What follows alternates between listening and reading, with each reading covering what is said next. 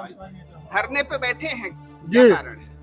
कारण ये है कि मैंने 23/9/2025 को अधिवक्ताओं की बैठक व्यवस्था एवं पेयजल की व्यवस्था को लेकर ज्ञापन सौंपा था। उसके तारतम्य में डीजे एवं अधिवक्ता महोदय द्वारा कुछ नहीं किया गया है। न अधिवक्ता गणों को चैम्बर अलाट किया गया, न कुर्सी टेबल अलाट की गई है। कल से यह सुनवाई नहीं होती है तो बलपूर्वक इसमें झोपड़ी बनाई जाएगी और अपनी कुर्सी टेबल लाकर स्वयं हम लोग अपनी व्यवस्था करेंगे। यहाँ मनमानी तरीके से बड़ी बरसात में अधिवक्ताओं का आशियाना उजाड़ दिए हैं और दर दर भटक रहे हैं। चैम्बर मिला आपको? नहीं मिला, कहीं बैठने की व्यवस्था नहीं है। बस ऐसे घूम घूम के ऐसे घूम रहे हैं, बस हो गया। कब तक घूमेंगे? अब हो गया, भगवान भरोसे है, कैसे होगा। धरने पे बैठे हैं। इस व्यवस्था के लिए बार और बेंच दोनों बराबर जिम्मेदार हैं। जो लिस्ट बनी है उसका अनुमोदन नहीं हो रहा, डीजे साहब अनुमोदन नहीं कर रहे हैं। इसके लिए बार, बेंच और हाई कोर्ट तीनों जिम्मेदार हैं हम लोगों की इस दुर्दशा के लिए। अगला कदम तालाबंदी भी हो सकता है कि कोई भी गेट के अंदर नहीं प्रवेश करेगा जब तक अधिवक्ताओं के बैठने की व्यवस्था नहीं हो जाती। मध्य प्रदेश की सबसे खूबसूरत जिला न्यायालय रीवा में बना है। यह नवनिर्मित न्यायालय बनाया गया है। इसकी जो सुंदरता है, जो भव्यता है, वो देखते ही बनती है। ये देखिए किस तरह से एक 5 स्टार होटल से भी अच्छा यह भवन बनाया गया है, जिसकी खूबसूरती देखते ही बनती है। यह भवन रीवा में बनाया गया है। इसमें जिला एवं सत्र न्यायालय संचालित हो रहा है। अब इतने बड़े भव्य बिल्डिंग में न्यायालय संचालित होने के बाद भी भारी असुविधा उठानी पड़ रही है। यहाँ पे वकीलों के बैठने के लिए कोई व्यवस्था नहीं की गई है। जो चैम्बर का अलाटमेंट है वह अधर में लटका हुआ है। सूची बनती है, बिगड़ती है। अभी कोई सूची फाइनल नहीं की जा रही है। अधिवक्ताओं का आरोप है कि जो अधिवक्ता संघ है वह इस पर अमल नहीं कर रहा है और अपने मनमाने तरीके से सूची बनवा रहा है। मीटिंग पे मीटिंग हो रही है, लेकिन कोई नतीजा सामने निकल के नहीं आ रहा है, जिससे पक्षकार और वकीलों को दोनों को समस्याएं हो रही हैं। अब यह समस्या भवन से बाहर सड़क पे आ गई है और इनका कहना है कि अगर कल तक सूची नहीं आती तो हम सड़कों पे उतरकर और स्वयं के द्वारा एक झोपड़ी बनाकर यहाँ पे रहेंगे। ये जिस तरह से भवन बना है, न्यायालय भवन, यह नवनिर्मित भवन है। यह मध्य प्रदेश का सबसे बड़ा और सबसे खूबसूरत बिल्डिंग बनाई गई है। वहीं अब नवनिर्मित भवन बना दिया गया और यहाँ पे जो चैम्बर का अलाटमेंट है अभी नहीं हो पाया है। वकीलों द्वारा उसी के लिए ये धरना प्रदर्शन किया जा रहा है। इनको अभी चैम्बर नहीं अलाट हुए हैं, क्योंकि यह भवन तो बना दिया गया और वकील जब बैठेंगे नहीं तो केस की सुनवाई और जो काश्तकार आते हैं जो इन वकीलों के पास, वो कहाँ बैठेंगे और कैसे मिलेंगे। इन्हीं से हम जानेंगे कि क्यों इन्होंने धरना दिया है। धरने पे बैठे हैं, क्या जी। कारण है? कारण ये है कि मैंने 23/9/2025 को अधिवक्ताओं की बैठक व्यवस्था एवं पेयजल की व्यवस्था को लेकर ज्ञापन सौंपा था। उसके तारतम्य में डीजे एवं अधिवक्ता महोदय द्वारा कुछ नहीं किया गया है। न अधिवक्ता गणों को चैम्बर अलाट किया गया, न कुर्सी टेबल अलाट की गई है। उसी के तारतम्य में फिर से कल दिनांक 9/10/2025 को मैंने डीजे साहब को एक ज्ञापन पत्र और सौंपा कि भाई हम लोगों की बैठक व्यवस्था नहीं हो रही है तो झोपड़ी और टेबल कुर्सी स्वयं की बनाने दें। लेकिन अभी तक कोई आश्वासन नहीं मिला है, जिसके तारतम्य में आज मैं धरना में बैठ रहे और कल से यह सुनवाई नहीं होती है तो बलपूर्वक इसमें झोपड़ी बनाई जाएगी और अपनी कुर्सी टेबल लाकर स्वयं हम लोग अपनी व्यवस्था करेंगे। जय हिंद, जय भारत। अभी दूसरों के लिए आप लोग लड़ाई लड़ते जी जी अपने लिए लड़ना पड़ रहा है, ये शर्म की बात है। जी, ये शर्म की बात है, क्योंकि यहाँ मनमानी तरीके से बड़ी बरसात में अधिवक्ताओं का आशियाना उजाड़ दिए हैं और दर दर भटक रहे हैं। अब आम जनता कैसे विश्वास करेगी कि वकील मुझे न्याय दिला पाएंगे जब अपने न्याय के लिए स्वयं भटक रहे हैं, निरंतर 20 दिन से परेशान है। देखिए, अभी तक दूसरे के न्याय के लिए जो लड़ता आ रहा है वह खुद न्याय के लिए भटक रहा है। इन्हें चैम्बर नहीं अलॉट किया गया।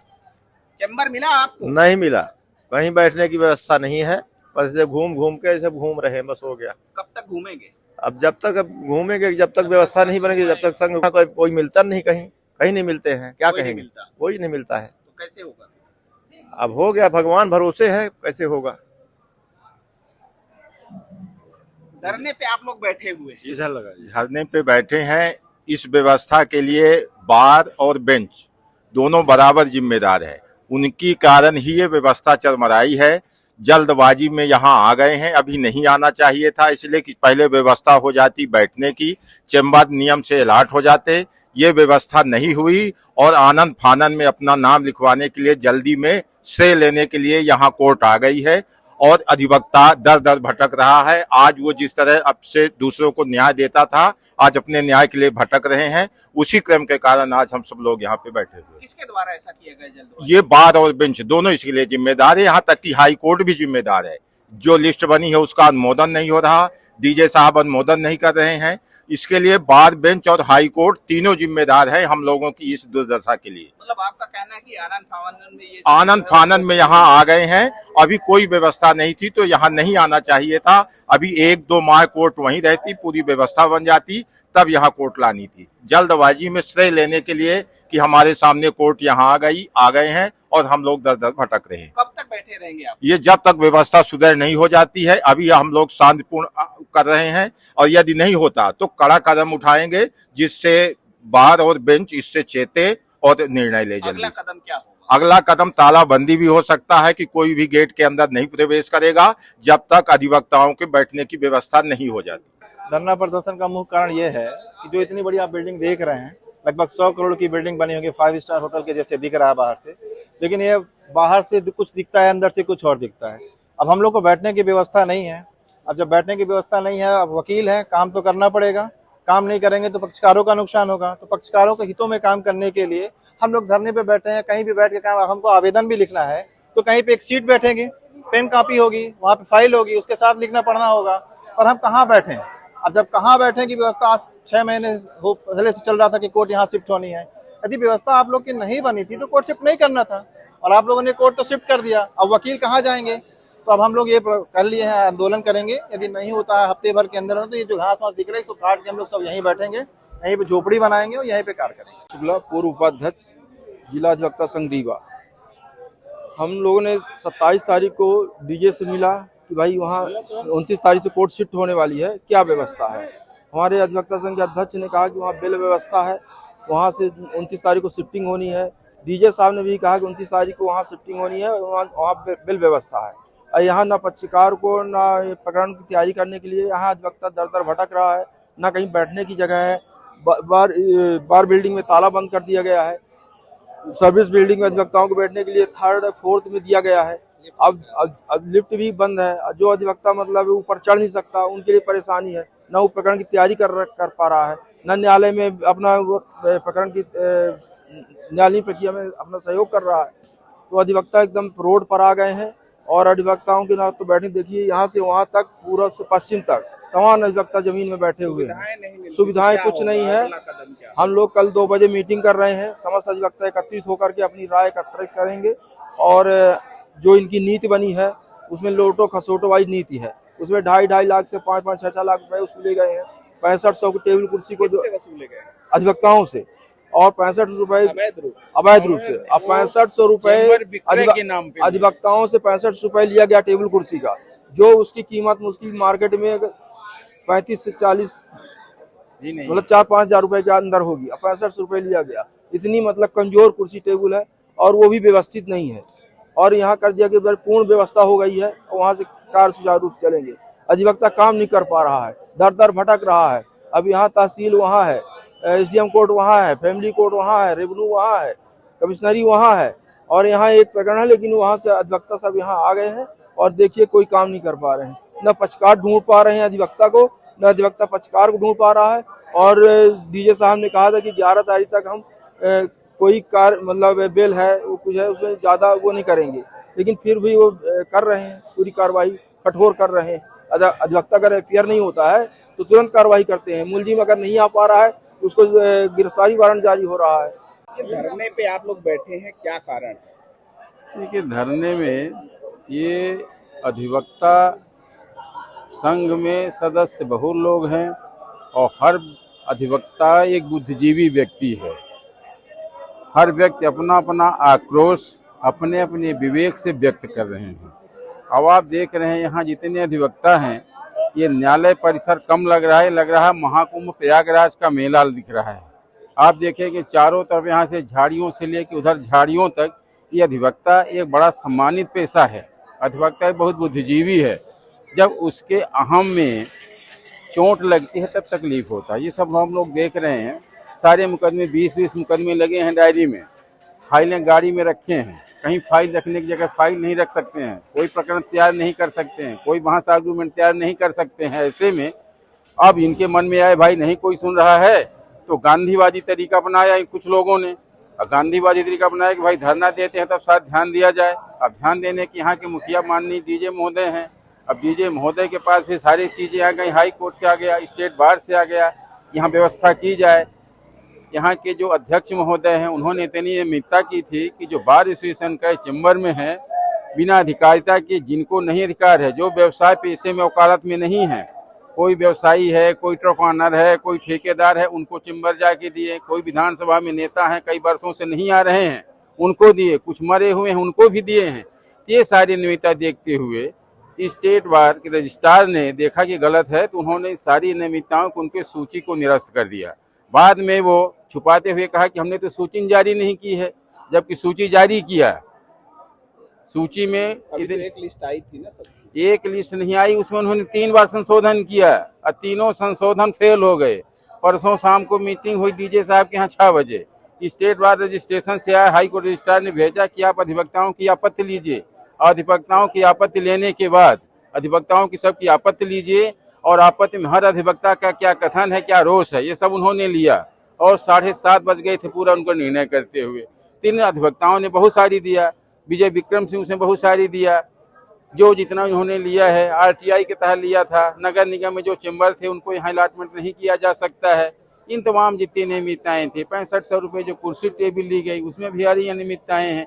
कोई कुर्सी टेबल तो बहुत अच्छी है, कोई बिल्कुल ही रद्दी बैठने काबिल भी नहीं है। अब उसमें जो व्यक्ति किए हैं वो भी अवरोध कर रहे हैं अधिवक्ता लोग, ये सारा गलत हुआ है। तो अनियमितता बहुत है। अब जब तक कोर्ट यहाँ गई, कोर्ट की बिल्डिंग बहुत अच्छी बनी है, अब इसकी जो है कम से कम तो 250-300 वर्ष तक के लिए है, ये इतने दिन तक चल सकती है।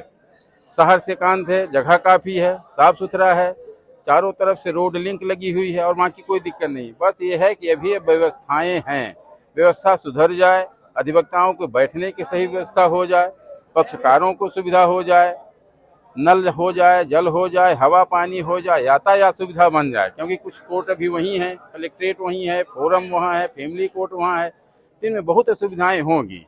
तत्काल सुविधा नहीं मिलती है अगर, तो क्या करेंगे? तत्काल सुविधा नहीं मिलती है तो अधिवक्ता क्या कर सकता है? अधिवक्ता आक्रोश कर सकता है और बाकी लड़ाई तो उसे लड़ नहीं सकता है, वैधानिक लड़ाई तो नहीं लड़ेगा।